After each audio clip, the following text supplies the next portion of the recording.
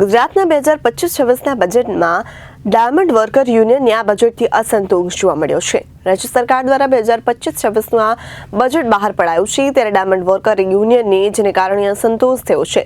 છેલ્લા ઘણા સમયથી મંદીમાં સંપડાયેલ હીરા ઉદ્યોગને લઈ અનેક રજૂઆત કરાઈ હતી, ત્યારે હીરા ઉદ્યોગ માટે રાહત પેકેજની પણ માંગ કરાઈ હતી. રાજ્ય સરકાર દ્વારા 2025-26નું બજેટ બહાર પાડવામાં આવ્યું છે, ત્યારે ડાયમંડ વર્કર યુનિયનને આ બજેટથી અસંતોષ જોવા મળ્યો છે. છેલ્લા ઘણા સમયથી મંદીમાં સંપડાયેલ હીરા ઉદ્યોગને લઈ અનેક રજૂઆત કરાઈ છે. હીરા ઉદ્યોગ માટે રાહતના પેકેજની પણ માંગ કરાઈ છે.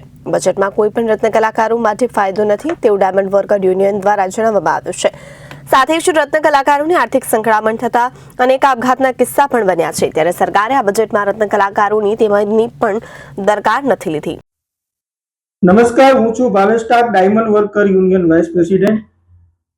હાલમાં જ ગુજરાત સરકાર દ્વારા 2025 અને 26નું જે બજેટ બહાર પાડવામાં આવ્યું છે, ગુજરાતના લાખો રત્ન કલાકારોને આશા હતી, અમને પણ આશા હતી કે ગુજરાતની અંદર ભયંકર મંદીનો માહોલ જ્યારે હીરા ઉદ્યોગમાં ચાલી રહ્યો છે, આત્મહત્યાના બનાવો વધી રહ્યા છે, ત્યારે ગુજરાતની સરકાર રત્ન કલાકારોની વહારે આવશે.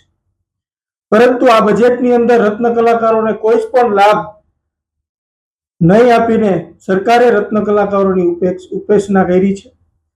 સરકારે રત્ન કલાકારોની દરકાર નથી લીધી.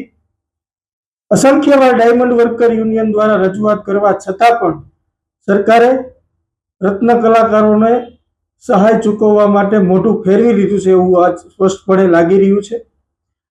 આ બજેટની અંદર રત્ન કલાકારોનો કોઈ સમાવેશ નથી, હીરા ઉદ્યોગનો કોઈ સમાવેશ નથી. જે ઉદ્યોગથી ગુજરાતનો આર્થિક તંત્ર મજબૂત બન્યું છે, જે ઉદ્યોગથી લાખો રત્ન કલાકારો રોજગારી મેળવે છે, જે ઉદ્યોગથી ગુજરાતને વિદેશી હુડિયામણ કમાઈને આપતો ઉદ્યોગને આજે સરકારની જરૂર હતી, તો સરકારે રત્ન કલાકારોની દરકાર નથી લીધી.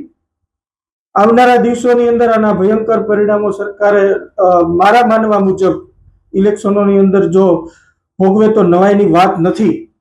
કારણ કે સરકારે ગુજરાતની અંદર સુરત ને અમદાવાદ અને હરેક સિટીની અંદર વસતા રત્ન કલાકારોની ઉપેક્ષા કરી છે. ગુજરાત સરકારે રત્ન કલાકારોની દરકાર લીધી નથી.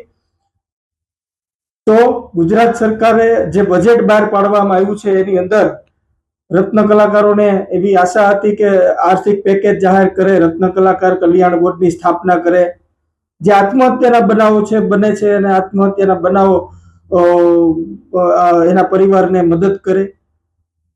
રાજકીય નેતાઓએ પણ કેન્દ્રની અંદર આ મુદ્દાઓને ઉઠાવેલા છે, વિધાનસભામાં પણ ઉઠાવેલા છે, પરંતુ ક્યાંય ને ક્યાંય ગુજરાત સરકારે રત્ન કલાકારોને દરકાર નથી લીધી. ક્યાંય ને ક્યાંય રત્ન કલાકારો ઉપેક્ષા કરવામાં આવી છે, અવમાર્યું વર્તન ગુજરાત સરકાર દ્વારા કરવામાં આવ્યું છે.